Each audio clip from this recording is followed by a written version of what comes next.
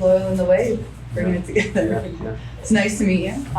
Nice to meet Finally. you too, Kailen. I know, it's a pleasure.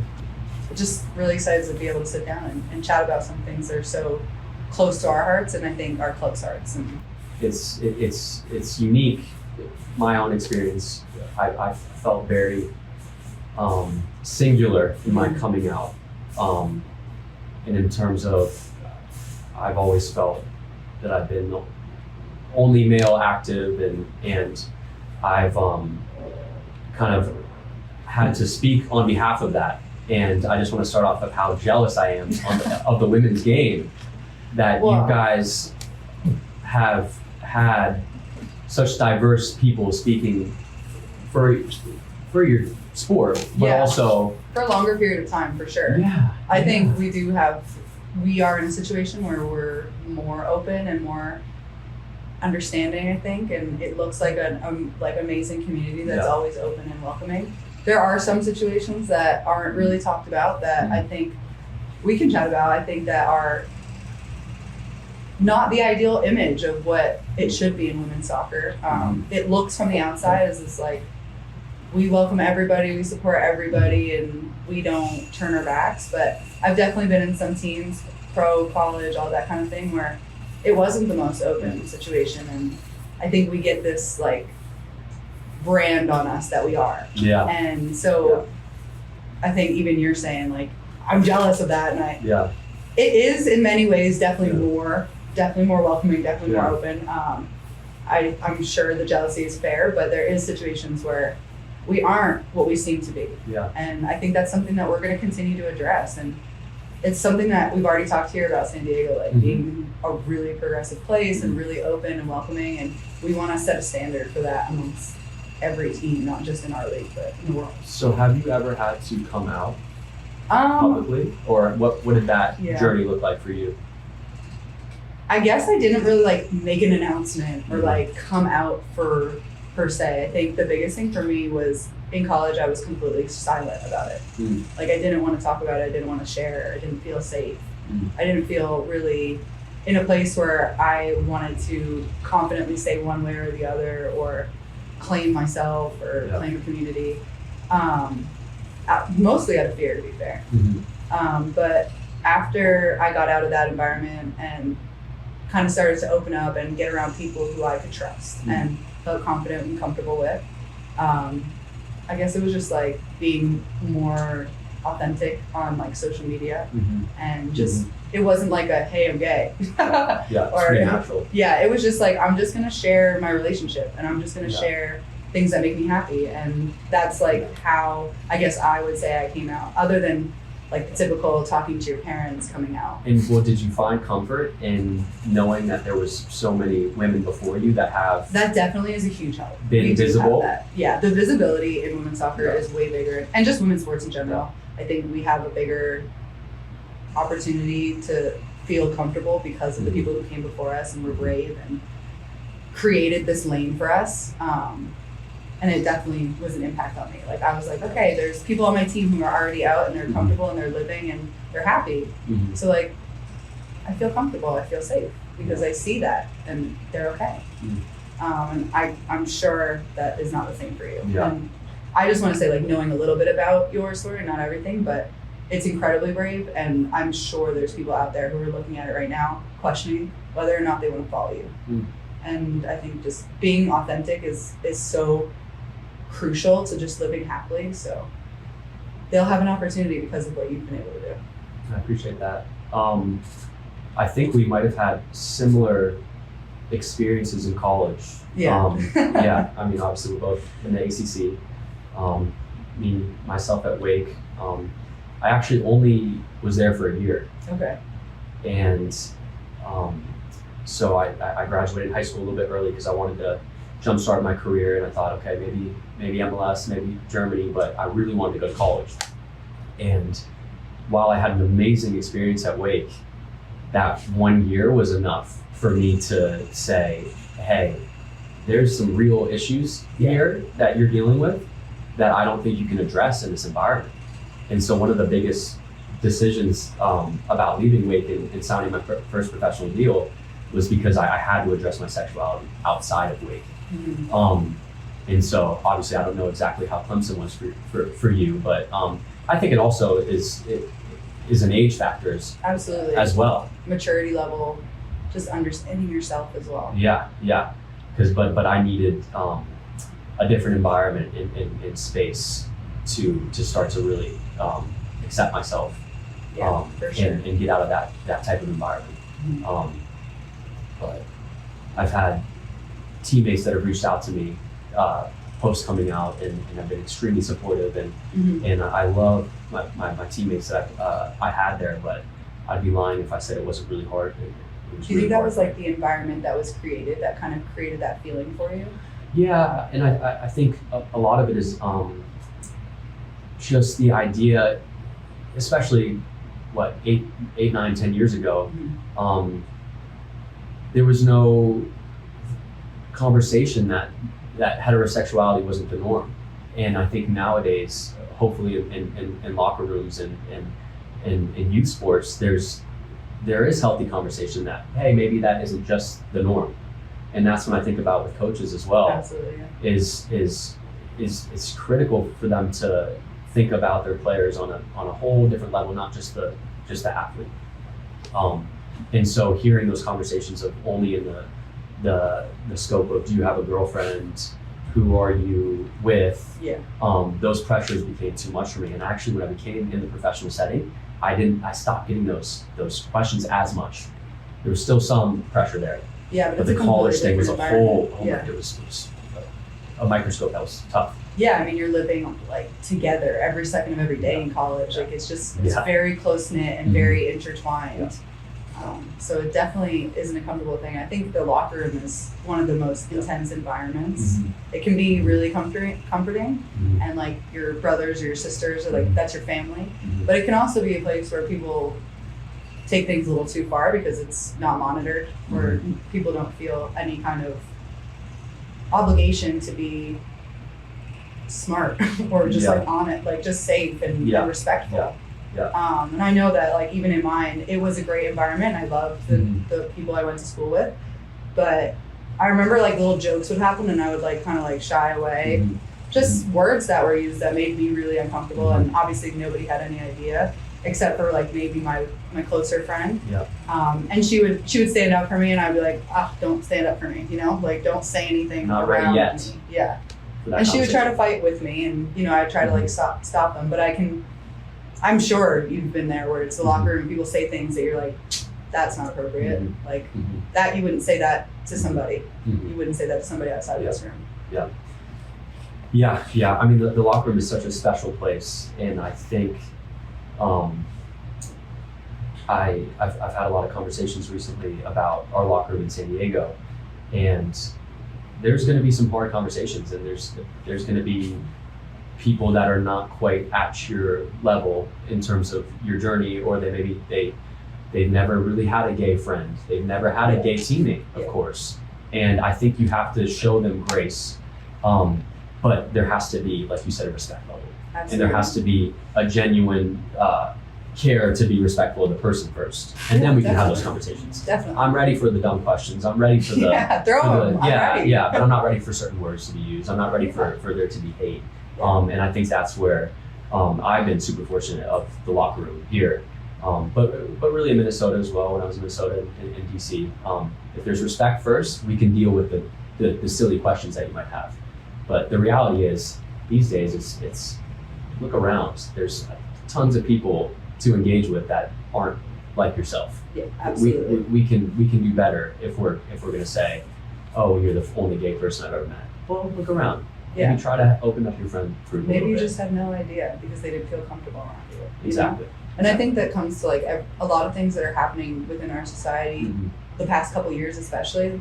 We just need to be more educated and like take that upon ourselves. And whether or not you're consider yourself in this community, Yeah. education is like the biggest step forward, and being open and honest and respectful. Yeah. And I think that's one of the biggest things is we need to have that conversation about allyship and Mhm. just being a good friend. Like, Yeah. do you want me to be judgmental about your differences? Mhm. Probably not. No. And I think like this is something that it's not like I chose. And I think that's a big one for people as well. It's not a decision. And just making sure we get that clear to our friends and our teammates. And that's a tough one. It's a hard one for people to really grasp. Yeah. Like, I think people like to think they know and think they believe that, but I think that's a hard one for a lot of people to actually come to terms with as you're born like this. And it's not something you just woke up one day and was like, I'm gonna try that. Yeah. It's not a choice. This is who I am. This is something that I'm born this way, and it's not something I've chosen, but it's a beautiful thing, and absolutely. You can come to know me as a person. Yeah, exactly. And it's a small part or a big part, but it doesn't matter because it's me, and so that is a sad fact that is still thought. Yeah. But that goes back to the educational piece. It's something that isn't really taught or talked about in schools and when you're at a younger age, so you grow up thinking this is the normal and this is something people chose to change. And I think that's something that we need to change within just this education system. Yeah. It's not something that ideally you learn later in life. Yeah. It's something that you should learn when you're young and you grow up learning about mommies and daddies, and you should learn about mommies and daddies and all that kind of stuff as well. Yeah. Can I ask you when was your first girlfriend? I was 20. Okay. 20. Yeah. How about you? Around that time. Yeah. Yeah. I think that's when you start to like really feel a little more comfortable and confident. Yeah. But I wish it was at 15, 16, 17. Oh, absolutely. And I truly wonder what my life would be like if I was comfortable enough to have a boyfriend in high school. Yeah. And I sincerely hope that in the future, and I know it's true. We're there. That people are comfortable enough to have those early relationships. Absolutely. Because then you'll be in a hole. Seeing this kid, happier. This kid in England come out, 17. Yeah. I mean, if we can have more people to be brave like you and like him and like the people before me, because I feel like I didn't have to be because of them, you know, and we can just have people living happier and more authentic lives. And ultimately, like when you are living that kind of life, it's going to stem to everything you do. So it's going to make you a better soccer player. It's going to make you better at school because you're not constantly worried and hiding and But your visibility is special too, and that's what I wish I had. And that's the visibility I thought was good enough for me. Hey, the people that I know in my life accept me, and my teammates accept me. Right. And for me, that was enough for a while until I realized, whoa, actually, I think we might need to hear this story or me coming out a little bit more visible. I don't want to be that person. Yeah, but, it's hard to be that person. We need Kaylens, we need Megans, we need the whole range. And unfortunately, on my side, we're not seeing enough yet. And so I know I kept coming back to this jealousy thing. It's not attractive, but no, it's okay because we're gonna change it. I think there's gonna be people because of you. Yeah, we need more Kaylens. I don't know how long it will take, but I'm sure so did the people before me. They didn't know how long it was gonna take for me to be brave enough to stand with them. So. But I think like I was lucky enough to have people on my team once I left school that I was like, okay, that's what it looks like. Yeah. And ideally, that's what other boys are going to have now. Yeah. There wasn't anybody before you. No. There was a couple people in but there's especially no, on the women's side. Present. Not present in the U.S. for sure. But I think that's also. What's missing a little bit is I don't have a ton of male on male relationships to look up to in sports really. Yeah. And so obviously there's Robbie and he's been incredible and I remember when he came out how special that was to me, to being in the locker room and asking my teammates at DC, what do you think about him as a person, and to hear them say really nice things about him meant the world to me. Absolutely. But that was it, and his relationship with his husband is going to be different than maybe the next person, and to be able to see those relationships are special. But one day, hopefully there'll be more. And, absolutely. I mean, if we continue to keep bringing it out and like highlighting it and just making it a safe and comfortable place, I think that's the biggest thing. Is I know for me it was fear. And if we can kind of eradicate a little bit of the fear, make it safe, make it acceptable. Yeah. And it's sad because you're so good at Clemson that. But I think it's anybody, right? It's no, everybody. I know. The fear is what stands in your way. I know. It was really sad when I was at DC. I thought, I can't come out until I'm an all-star or I'm the best player on the team. And of course that didn't happen. And it doesn't change. And eventually I thought, you're enough as a person, you're enough as a player. You don't have to be the best player in the world to come out. And that's where there's like sincere fears that are there, and they don't just go away because you're really good at soccer. Right. There's more to it, and that's the sad reality. But yeah, I mean, when I came to San Diego, it was nice because I'd already come out, so it wasn't those hard moments when you have to get in front of a team or an organization, but I think the unique thing about coming out is that there's not one way to do it either. You don't have to. It's so personal. Yeah. It's like what you feel comfortable with, what is going to help you just be you and live more truthfully. Yeah. If you need to sit all your teammates down and do that, then that's great. You just need to call your mom and have that chat. Yep. And just get it out there. That's all you need to do. Yeah. I think it's so different for every person. Yeah. Some people just don't feel the need. And ideally, I think that's where we want to get to, is a place where we don't need to have these hard conversations with people because they're not hard. Yeah. It's just me telling you the truth about what I want to do and who I'm interested in or how I want to live my life. Yeah. Like, I think ideally that's what we want in the future, is none of these hard conversations need to happen because there's nobody on the other end who's going to be offended or respectful towards me because of it, And we both have teammates that are super private. Absolutely. And straight and gay. Yeah. And that's normal. That's normal. So in some ways, it is unnatural to have to speak out on these things and to have to be so visible in a way. Mm-hmm. It doesn't feel always right, or it doesn't feel fair that we have to. Not at all. But also, we have straight and gay teammates that are very open, and that's very special too. So there's not one way, like you said. No, absolutely. There's not one way, and ideally this isn't a conversation that we have. It's just when you're going through those phases of your life where you start to romantically connect with people, you just are open and don't have to say, well, I have to tell you something. Yeah. How was your family? I guess Great. When you came out. Great. Yeah. For the most part, it was hard, but we grew up pretty religious, Episcopalian. Okay. So there was a lot of basically I didn't know if I was gonna offend my dad so much that he didn't want me a part of the family anymore, and of course that wasn't true. But the religious shame was real, and I think that was one of the hardest parts. But having an older brother wasn't easy at times. But now I'm so lucky, and I speak to how important they've been and how supportive they've been, and our relationship has been so much better since I've come out, which is also special. But I know that's not the case for everyone, so absolutely not. I try to speak on that. I think that's one of the hardest things is when we speak on our own experiences, we can't speak for everyone because our communities are so diverse. It doesn't connect with everybody. Yeah. It doesn't provide a solution for everyone. No. But that's okay. We can still speak on it. But how about yourself? They were actually a lot better than I expected, to be fair. I grew up as pretty religious as well. I went to Catholic school my whole life. Okay. I wouldn't say I was religious though. I feel like I just went through the motions because that's my family. And I actually enjoyed learning about different religions, so that didn't play a huge part for me, but it wasn't something that kind of deterred me at the time.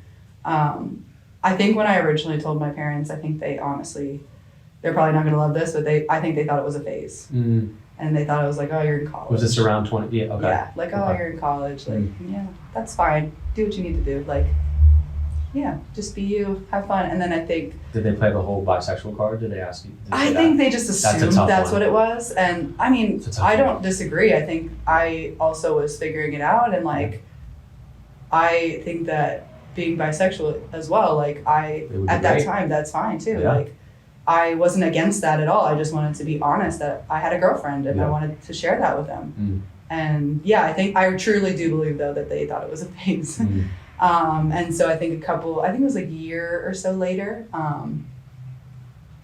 I went home and my girlfriend at the time was gonna come over, and it had been a while, and so they were like questioning me a lot more and just like, so this is like real, kind of thing. And I think it was hard for my mom to I think my dad was actually, he was great. He was like, whatever, just live, play soccer. If you're happy, if you're not, do something different. Like, okay.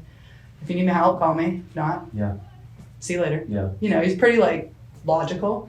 But my mom, I think, just having a really Catholic Italian family, was worried about her family. She wasn't as worried. I think the only thing that was her was just like, I don't know what any of that means. I don't think I have any gay friends. I've never really been around many people in the LGBTQ community. Like, I don't really know how to react. And I could feel that from her, and it did cause a little bit of tension between us for a little while. But very similar experiences with my mom. Yeah, I mean, it's hard. I understand that, like, you also come from a place where you don't know. And that's an education piece. I don't mind you asking questions. And I think she was kind of worried to ask too much. And like, I also know like the telling her family part was going to be hard for her and just uncomfortable. And she didn't want to make me uncomfortable and make them uncomfortable and her be uncomfortable. And I'm like, oh, I'm just being uncomfortable for everybody. Yeah. Great. But ultimately at the end of the day, I think she was just didn't know how to handle it, and that's okay. Like, we don't all know how to handle situations, and we had to work through it. And I think honestly, it took longer than both of us wanted to. But at the end of the day, we did talk and sat down and like hashed it out, and just ultimately we just both wanted the same thing, and to be honest. And she just wanted to know how I wanted to handle everything and be supportive and be loving. And I think because we were just walking on eggshells, we didn't get to the root. And I think sometimes I wish we could have done that earlier, because it's great. And I'm very open with my family, and even my extended family has been incredibly supportive. And I didn't know how that was going to be, and I think that really worried her. And so that was like a hesitation, but I'm really fortunate that they've been so amazing. And I know that's, again, not the case for everybody. And I think it's just that in-between part that a lot of people struggle with. Yeah, I think one of the hardest things for me when I first came out to my mom was how I felt she reacted a lot in fear. So similar to what you're saying. And she was worried about all the things she had heard about the gay community, that she was worried about her son really in that moment. Absolutely. And I'm not a parent yet, and I don't think until I am will ever know what that feels like. Yeah, we won't be able to understand what our moms went through. Yeah. And it's funny, I haven't thought about this in a long time, but very similar. She was worried about telling other family members and what that was going to be like to her. Yeah. To me, it was all for them, I needed to tell them. Yeah, that was my level. Weight. That was all I needed. Yes, I care, but this was the big one. Yeah. Do I need to call my uncle and aunt right away? No, mom and dad, actually, I'd like to start with you. We can get there. Yeah. But so I think I had to give her a lot of grace. Yeah. To work through all these things that it was going to be a new journey for her, but I wasn't going to let her switch how I feel or the growth that I've made, or make me feel bad about my decision, or begin to try to make me think as if I needed some space to grow. I made that very clear with her. If you need counseling, or if you need to think further on this and educate, I'm going to give you the space to do that, and we're still working on certain things, but I'm not going to let you make me feel bad for coming out to you. No, and that's amazing. But she was great. That paints it in a really negative way. I understand what you're saying. Yeah, because she was beautiful, and my mom, and absolutely. I feel like it was really similar. Like, they're always really supportive, and it's amazing. But between the two of you, and like, I know it was just between the two of us. It wasn't outward. That I could feel it. Like, there was some concern for me, and some concern for what my life was going to look like, and it was definitely not outward towards anybody. You know, it was just a high level of concern, and this is just not what I had pictured for you up Yeah. until this point. So Yeah. I need to change my perspective. Yeah. And I think I wasn't as amazing as I could have been. Also, I could have been more open and education, like helping. Yeah. In what setting did you come out to them? The first time was like when they thought it was a phase. It was just like on FaceTime because I was at school. Okay. I was like, I just want to do this because I don't know when I'm coming home. Yeah, fair. And then we talked a lot in person on the second time, just because I was able to be home and be closer to them. And there was lots of tears and lots of, it was all out of love for sure. But I know that it was just a battle because I think the world that she grew up in wasn't this world. And I'm hoping that we also can affect that for future parents. And this won't be such a hard conversation for parents because, well, you knew me. Did I have a great life? Yeah, pretty good. Yeah. It doesn't change my happiness level or anything like that. And I think because she hadn't been around anybody really in the LGBTQ community, her background knowledge on what I was trying to tell her about me was nothing. Yeah. And so it was just learning. That brings me all the way back to my teammates. Yeah, absolutely. If I can have the grace for my parents with their lack of real experiences with gay people. Yeah, very much so. It's sometimes it's strange and upsetting for me that my teammates haven't had more of an experience with the gay community, but I can give them the grace too to then ask me questions and to engage with me on a real level. And I think that's something that I give myself the most credit for through this all, because it's easy to be really upset when maybe that person isn't on your level of understanding or they haven't had that experience yet. And of course, hopefully we're not going to shut our mom and dad away, and we cannot shut our teammates away when absolutely not. As long as they're coming from a place of love and understanding and trying to actually get to know you as a person. And for sure, that's how I feel. My teammates here have been incredible, and I feel they genuinely have taken an interest in my life just beyond. I love that. Me as a soccer player. Really, that makes me really happy to hear. Just as in a team environment, that's so important. And just it does connect so much trust on and off the field. So Special. It is magic. Yeah. And I think ultimately when we don't get the first response that we want, the human reaction is to oh, I'm not going to do that again. Yeah. And I think it's really important for us to run right at it. And just be there when they have a question, or just be there to just say things that allow them to feel comfortable to learn. And then when they go on in their lives and have situations, because there will be other situations, I guarantee it. And they're gonna think your own experience is the only one. Yeah, exactly. And you have to tell them, no, my very small experience is just for me. Yeah, but it allows that next one to be easier for the next person. And for them to know that there's plenty of different scenarios and options and ways to do it. That helps them too. I think the more that I was able to feel comfortable with myself, the better my relationships actually got, and the stronger my relationships were. And I think that really helps you in your private life, just to be a stronger bond with somebody when you're more authentically you and just confident in who you are. I think that reflects to the relationship you have with somebody. So I know that being more open and being more honest and just accepting of myself and others was really helpful in my familial relationships, in my partner relationships, my friendships, and I knew who my real friends were, and I think that was a huge part of it. I also think just being open and honest has allowed me to come into contact with some amazing people, including yourself. This is lovely. But I think it connects me to people who are struggling, and if I can just be in a place where, even if they're just hey, I just appreciated what you just said, I think that makes a huge difference, because I've seen things that I'm wow, that was really powerful that person said that, and if I can do that for somebody else who doesn't feel safe or comfortable, I would love to be there, because I wouldn't have had the guts to tell somebody that made me feel safe. And so if I can do that for somebody, that's makes me feel really strong about where we're headed. Yeah, that was beautifully said. I think you said twice honesty. For me, it was huge. one, I had to accept myself first, but I did not want to continue to lie to my teammates. And when I came to Minnesota from DC, I thank the few teammates I told in DC to give me the courage to be completely honest with my teammates there.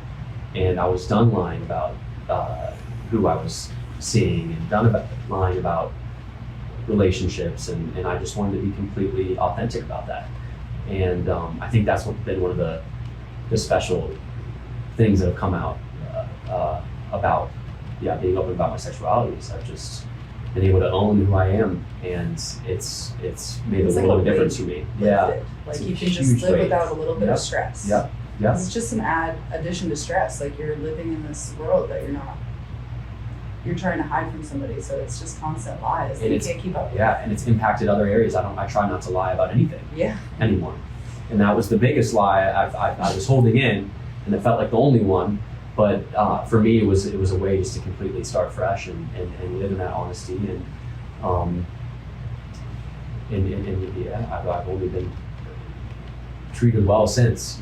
I also think I've come back to this a lot. This visibility thing, that being out has allowed my teammates to engage with me in the way I feel I deserve. Yeah.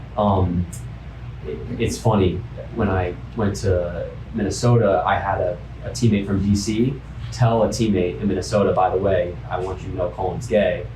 Don't be saying anything inappropriate.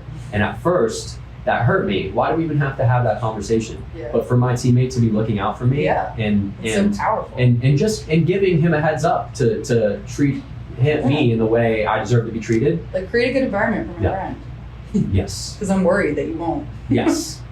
That was hard to hear, but looking back on it, that's a good teammate and that's a good person. And but that only then with San Diego too, it's helped to be visible, helpful, because I feel like I've changed certain ways my teammates think and speak, and I hold that really special. Yeah, absolutely. So, having fans in San Diego that feel comfortable going to games because I'm a player of the team, that's real, that's unique, that's special to me.